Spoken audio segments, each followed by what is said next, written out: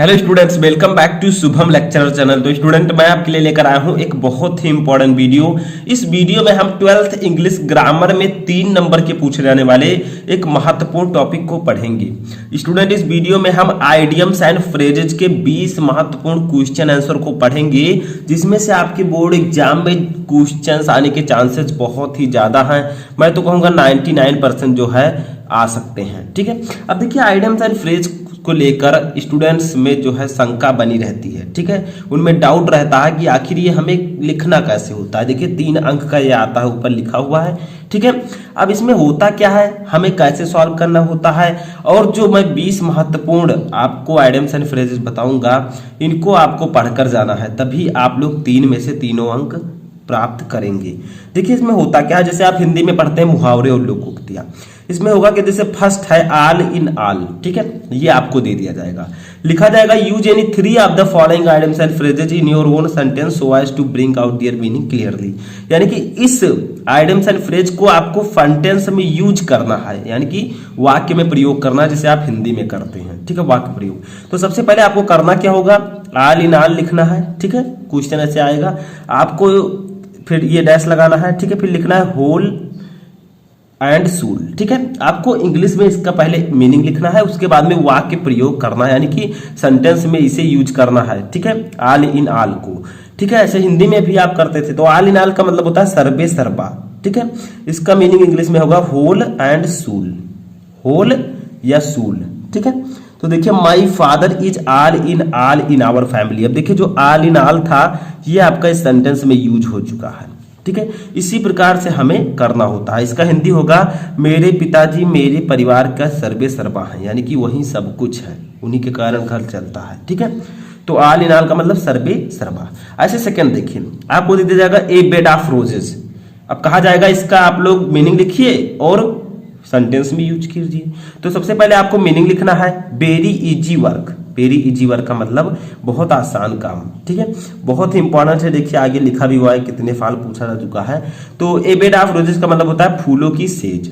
अब इसका आपको मीनिंग लिखना है वेरी इजी वर्क। अब हो जाएगा आपका वाक्य प्रयोग, यानी कि सेंटेंस में यूज कीजिए इसको। तो life is not a bed of roses, यानी कि जीवन फूलों की सेज नहीं है। ठीक है, अब तीसरा देखिए हमारा है एबव बोर्ड। एबव बोर्ड का मतलब होता है स्पष्ट। इसका मीनिंग हमें इंग्लिश में लिखना है क्लियर। तो आपको करना क्या है, सिर्फ इस क्वेश्चन को लिखना है, फिर इस चिन्ह को लगाना है और क्लियर लिख देना है। ठीक है, मीनिंग इसका। अब इंग्लिश में इसका आपको यूज कर देना सेंटेंस में।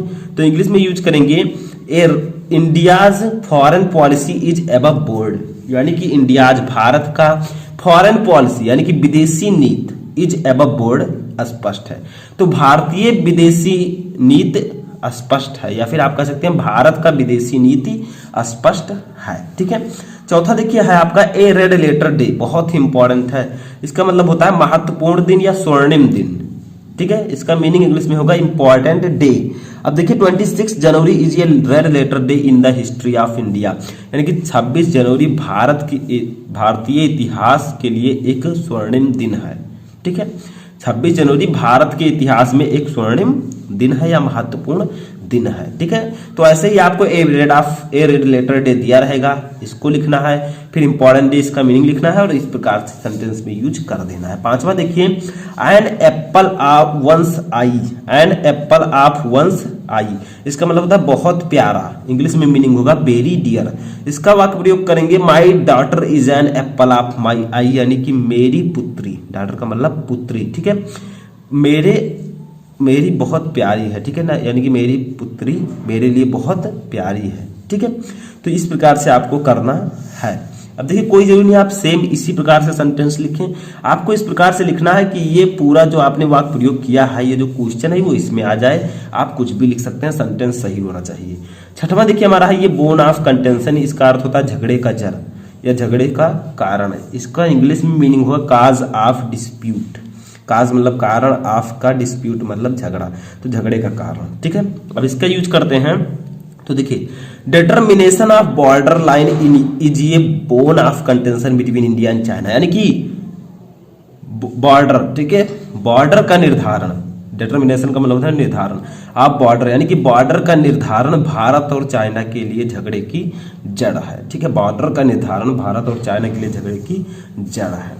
ठीक है, सातवां देखिए एन एप्पल ऑफ डिस्कॉर्ड यानी कि झगड़े का कारण।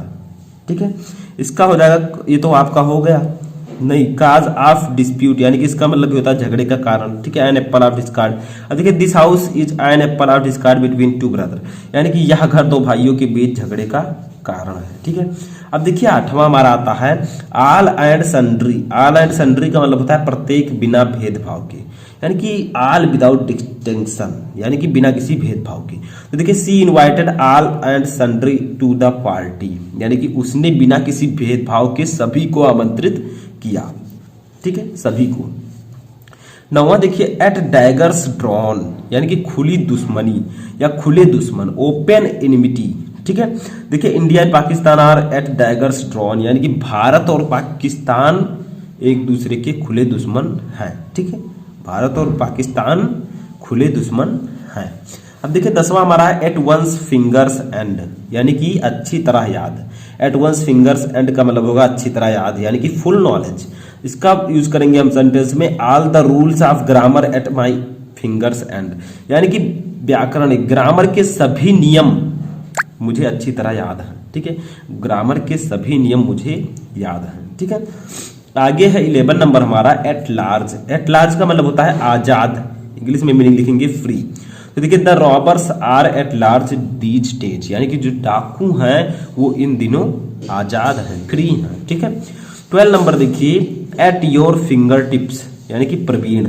ठीक है, एट योर फिंगर टिप्स यानी कि प्रवीण। तो देखिए इसका क्या होगा, वसवी has all the latest information regarding stock market at her finger tips यानी कि वसी के पास। ठीक है, वसवी के पास जो शेयर मार्केट है उसके बारे में पूरी इंफॉर्मेशन, पूरी जो लेटेस्ट इंफॉर्मेशन है वो उपस्थित है या प्रवीण है। ठीक है, तो वसवी के पास स्टॉक मार्केट, ठीक है, यानी कि शेयर बाजार के बारे में पूरी इंफॉर्मेशन या लेटेस्ट इंफॉर्मेशन क्या है, प्रवीण है। ठीक है, या उसके पास उपस्थित है। 13 नंबर देखिए एट ये स्टोन्स थ्रो यानी कि पास या निकट, वेरी नियर। ठीक है, एट ये स्टोन्स थ्रो।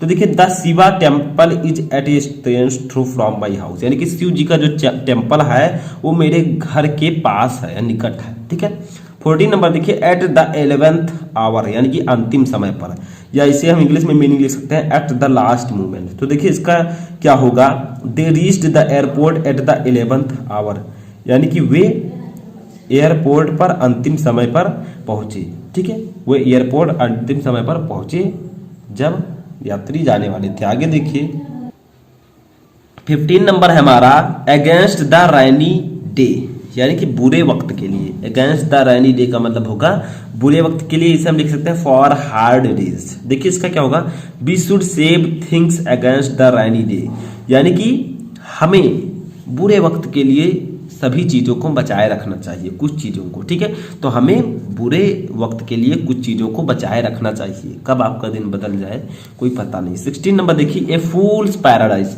यानी कि काल्पनिक आनंद, इमेजिनरी जॉय मतलब काल्पनिक आनंद, कल्पना में ही आनंद ले लेना। तो my friend live in a fool paradise and does nothing यानी कि मेरा मित्र काल्पनिक सुख में रहता है और कुछ नहीं करता। ठीक है, वो सोचता है मैं बहुत सुखी हूं और बहुत सुखी रहूंगा और कुछ करता धरता नहीं है। 19 नंबर देखिए ए गुड डील ऑफ, बहुत अधिक, very much. She spent a good deal of money on her birthday यानी कि उसने अपने जन्मदिन पर बहुत अधिक धन खर्च किया। ठीक है, इस प्रकार से आपको वाक्य प्रयोग करना है जिस प्रकार से बता रहा हूं मैं। 18 नंबर देखिए ये स्क्वायर डील, इसको मैं ऑलरेडी पढ़ा भी चुका हूं, लोग जाकर और भी देख सकते हैं कुछ इंपॉर्टेंट्स। तो देखिए ये स्क्वायर डील यानी कि निष्कपट व्यवहार, बार्गेन। ठीक, इसका हो जाएगा my father always believes in ये स्क्वायरल डील यानी कि मेरे पिताजी निष्कपट व्यवहार पर विश्वास रखते हैं। मेरे पिताजी हमेशा निष्कपट व्यवहार पर विश्वास रखते हैं। 19 नंबर देखिए एट आर्म्स लेंथ यानी कि दूर, एट ये डिस्टेंस। इसका हो जाएगा my college is at arm's length from my house यानी कि मेरा जो कॉलेज है वो मेरे घर से दूर है। ठीक है, अब देखिए हमारा लास्ट है 20 number at sixes and sevens, यानी कि बेतरतीब।